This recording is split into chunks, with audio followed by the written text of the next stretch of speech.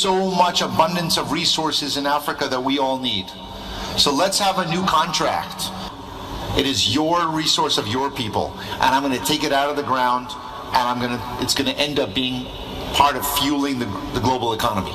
The critical minerals, rare earths, the supply chains. And the reason for that is, beyond everything else that we've talked about, we are at a moment of the greatest transformation that we've seen since the Industrial Revolution. We are entirely recreating the energy system. And we are taking a 150-year-old system and we're unplugging it while plugging in a new one. And that is remarkably complicated and difficult. And it's going to continue to be difficult. Now, this has tremendous meaning for the United States. We've just passed a variety of legislations in the US Congress in order to address that. But it also has incredible meaning for Africa. And this is a moment of opportunity. About 80, 100 years ago, we were at the beginning of the previous energy system growing of oil and gas, or oil and much later gas. And if you look at Africa today, and you look at Africa at that point in time, both of them were moments of opportunity. And I would say the moment of opportunity in the previous energy system was not harnessed. And you can look at where oil-producing countries are today compared to where they really should be as far as taking advantage of that resource. But here we are with a 2.0. This is a new opportunity. The world once again finds itself relying and critically needing the resources that are abundant in Africa. And the question will be, will Africa rise to that challenge?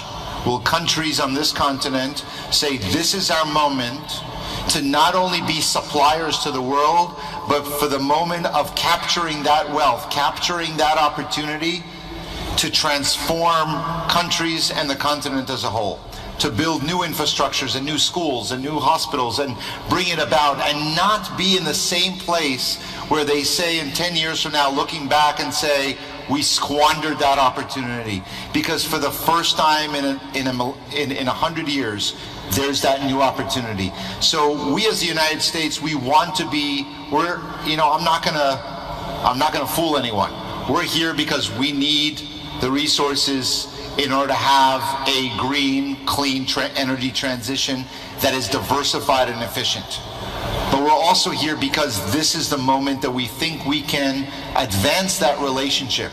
We just went through the Africa Leaders Summit in Washington. This is what we talked about. Secretary Yellen, the Secretary of Treasury, was just here. We're going to have additional members of the cabinet coming here. We're coming here with our resources. We want to be investors in Africa. We want to be partners in Africa. And to be honest, this conference is where you start. So I'm very glad to be here today for that reason. No, this is indeed great. And then, so you unpacked a lot, right? And you talked about the last 100 years. And so what I know is that this is not the first time Africa has had minerals that the world needs, or America to be specific. And there's been interest in, there's a history, let me put it that way directly. Would it be different this time? Yeah, look, when I talk about learning from mistakes of the past, that's not just about Africa, that's about the United States. We have to show up in a way that is a partnership. That means that we bring financial resources, expertise resources, human resources, and partnership where we're not just coming wanting to get something and leaving, but rather coming and investing in, let's set this partnership. We're not here demanding anything. We're here offering, saying that we need the resource, but we want to have this partnership. And why would it be different? One, I think countries can say, if you're going to come invest, if you want to own resources, well, you got to make sure that you're not employing our children, that you're paying fair wages, not fair wage for what you perceive to be what you're able to get, but what an international standard for a fair wage, with health benefits and pension and retirement and investment in the community. If you're not willing to do that, we don't want you in our country as an investor, because we did that before and it didn't work. It made a few people rich and kept everybody else poor. So I think that's what we want to come. We want to say, let's think about this. You're at the ground floor of the energy transition. These are the early years. There's so much abundance of resources in Africa that we all need. So let's have a new contract that says that companies will invest in the community, that the government will set up these funds, and we are willing to be helpful. I'm not trying to tell someone I'm here only for altruism. We need these resources in the United States, and we need them around the world. And we want them to be from as a diverse a platform of countries around the world as possible. But we have such a critical need to have this be a success for African countries, and that's why we want to come here with money, we want to come here with expertise, and we want to come here with development partnership. That's the only way. The energy transition, there's no value in saying it's going to be cleaner if we're not making it equitable and just. If we are taking resources so that we have a clean energy system, but African countries that have the resource don't.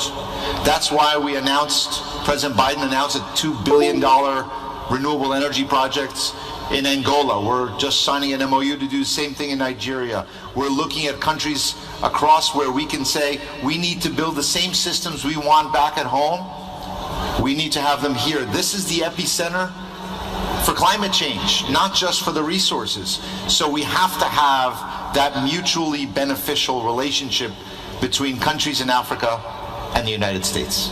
Yeah, that's really interesting that you mentioned these sort of partnerships. And I know a recent partnership that the United States government has entered is with the DRC and Zambia, and obviously it's about talking about value addition. And it's just really, are we expecting to see those forms of partnership across other African countries? Because in the audience, I'm pretty sure I see the DRC governor here, and obviously there are countries like Nigeria, there are other countries that are looking forward to such partnerships. Should we expect more of that?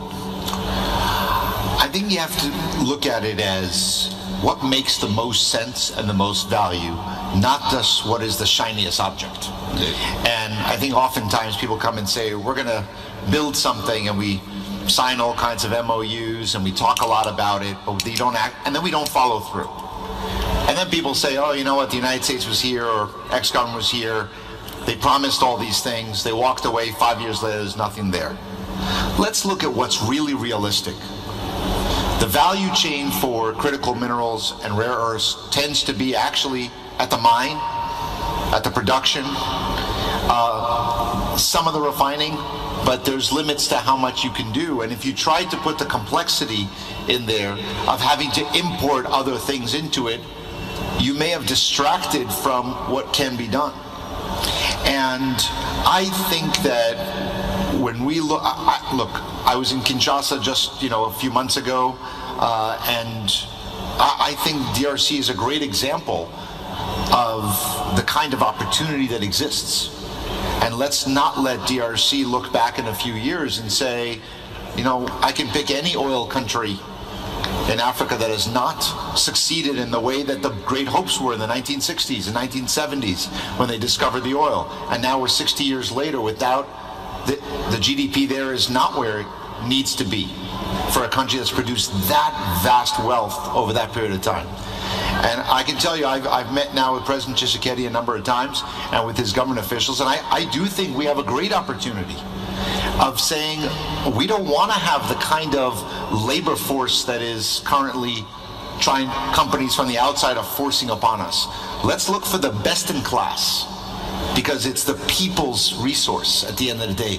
This is not somebody coming to the country, in any country in Africa, and saying, I'm going to innovate, I'm going to create something new. No, I'm going to come and take the resource that exists below the land that you live on. It is your resource of your people, and I'm going to take it out of the ground, and it's going to end up being part of fueling the global economy. Well, for that, there needs to be a social contract of what does that mean? What are those companies going to do there? So I think, yes, over time we will build more and more of the value chain. But I think we shouldn't look at step number 5 when we haven't figured out step number 1. How do we make sure that the revenues stay in the country?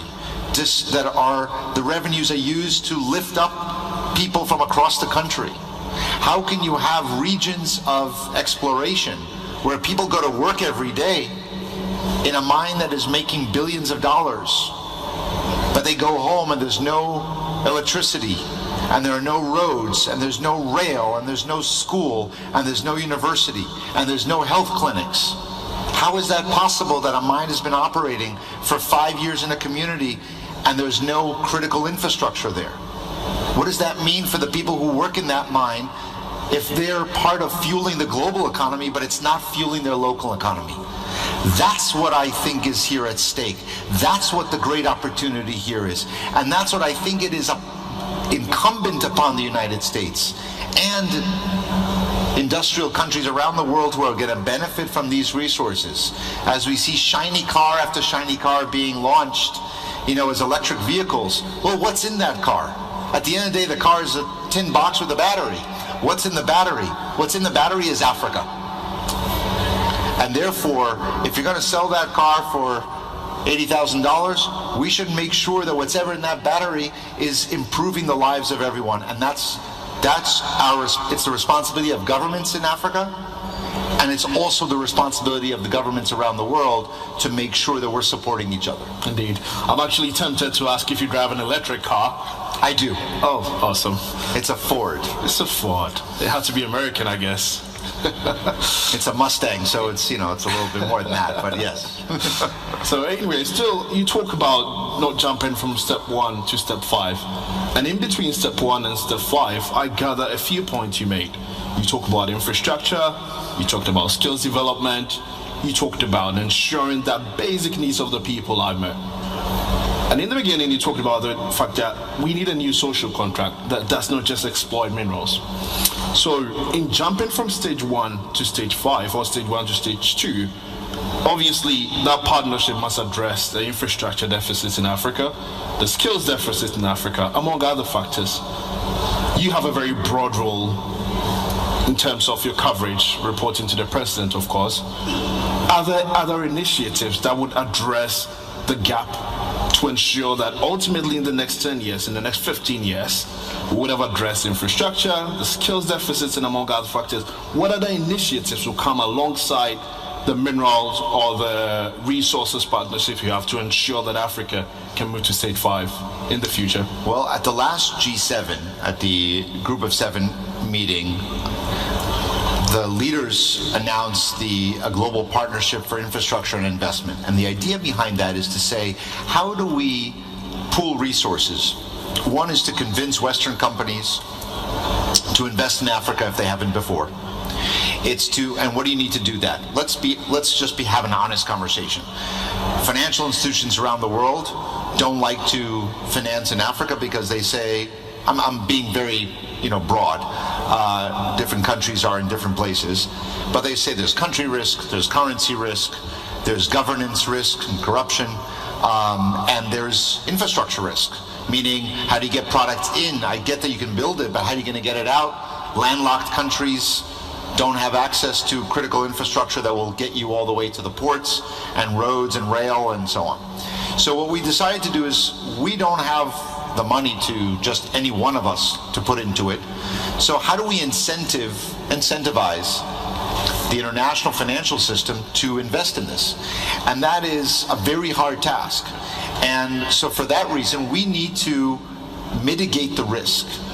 We have to come in not with the highest level of dollars, but smaller dollars that indicate the investment by the government, by the United States, by Germany, by the UK, or whomever, Japan, and say, we're going to de-risk the investment to allow the international investment class to come in.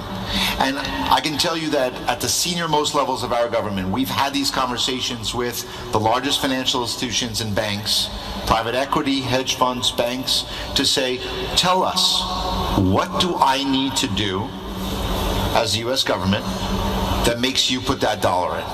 And that's the conversation we're in now.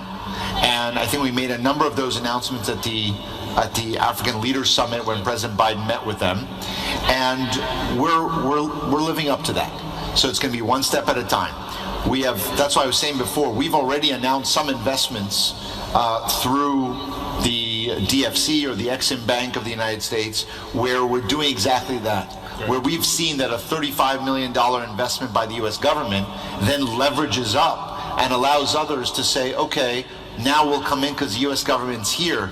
And not only are they here, but we're taking the first loss. Yeah. We're taking the most junior money, most junior debt, so that we are the first loss. We will take our profits later. It's still an investment. Of course. But I want the bank to say, you're senior to me. You can be incentivized to do this.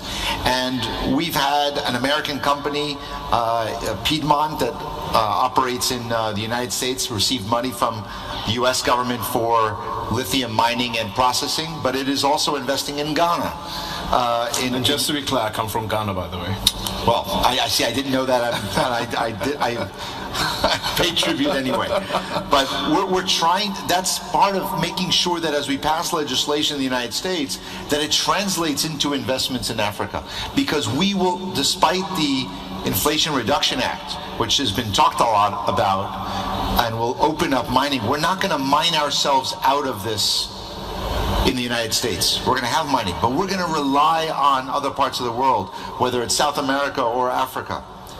And we want our companies invested here.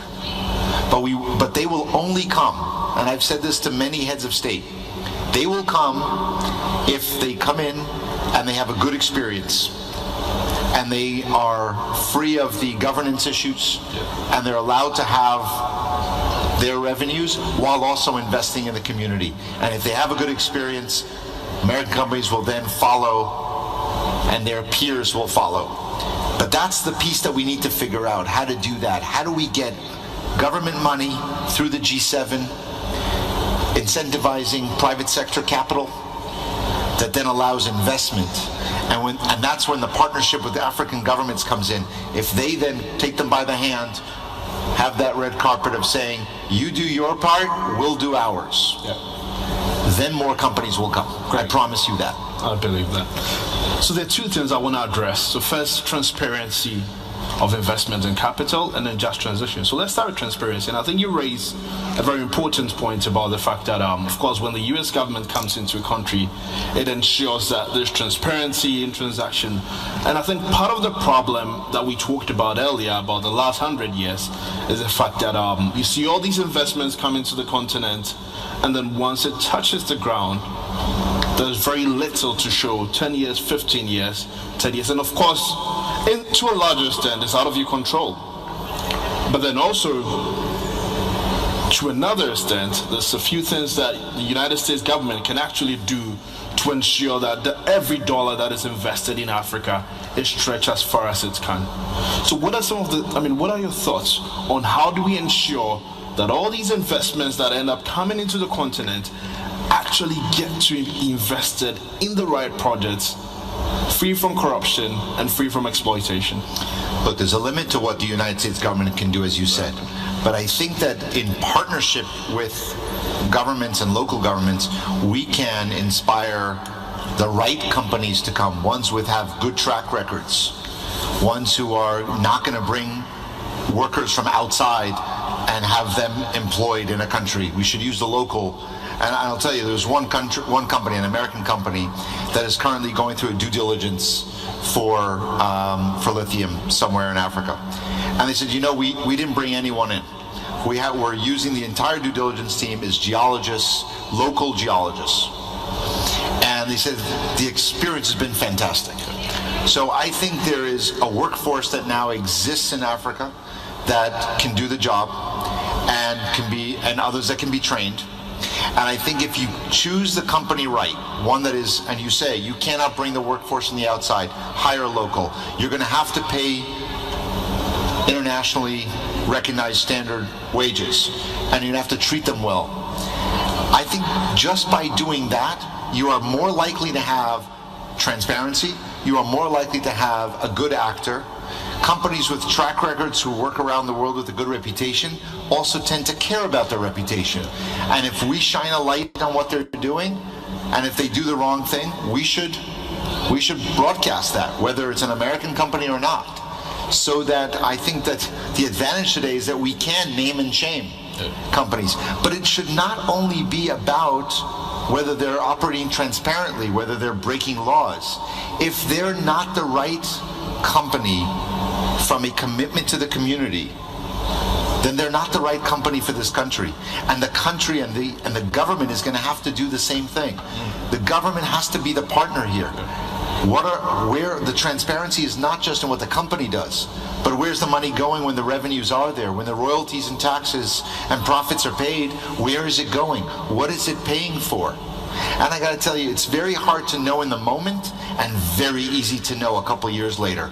Because if that community is not benefiting from these level of revenues and income, you know something's not right. Yeah, agreed. Yeah, so I think at Bloomberg NEF, we just published one of our recent reports on Transition Metals Outlook. I think key take home is that we do think that the transition is a $10 trillion opportunity by 2050. And usually when I talk about that, it seems like an abstract number, right? But then I travel to the DRC and you realize that these are not just numbers, these are humans, these are lives. Like, whatever 10 trillion opportunity is there to be earned will be on the back of working people. And that leads me to a just transition. How can we achieve a just transition? Well, I think it's what I said earlier. I believe that we have to not only invest in extractive industries, we have to also say exactly what we're doing around the world. Every country cares right now about greening our industry, decarbonizing our industry. And by the way, that goes to the mining sector too. Decarbonizing mining is also important. And so I think that if we don't have a concurrent system of finding the resources in the cleanest way possible and refining them and using them for renewable energy, but then investing back in the same communities to make sure that we have a greener future here too. Look, if we end up, what are our goals? If you listen to Ford, GM, or BMW or Mercedes, by 2035, most of them say 100% of their cars, new car sales are going to be electric. Okay, so what happens to countries where the grid is not stable enough today, let alone putting on every car in the country onto the grid? That means we have to strengthen and stabilize the grid. We have to have sustainable microgrids. We have to make sure that we have as much renewable power installed. Think about it. How is it that in Africa, that should be an easier place to install renewable energy, and yet it lags behind? There has to be a commitment to doing that. Costs have been reduced significantly, and this is the moment that we should all be investing. When you talk about just transition, that's what it means. Climate change, you can't battle climate change in parts of the world. It does nothing. You have to battle climate change everywhere in the world. Good. So I look in the audience, I see mining executives, I see salespeople, I see government officials. So what are the 3 top things you would leave with Africans gathered in here? I think for Africans, things, 1, choose this is the moment of opportunity. You don't get this more than once every many, many decades. Treat it as a moment of opportunity, not as continuation as business as usual. Choose the companies right. Get the right company with the right reputations who care about your people. And be as diligent as possible to put a new social contract where you sign the kinds of contracts that will benefit your people, and that this social compact exists, that the revenues will reach the people and be reinvested in a new workforce, in a new country. This should be the energy transition world, should be the Africa transition of upward mobility. And I think there's no reason for it not to happen. All the ingredients for this new generation of energy, for this new transformation of the world economy, all of the ingredients are in Africa, and they should be used for Africans. The energy transition is the African transition.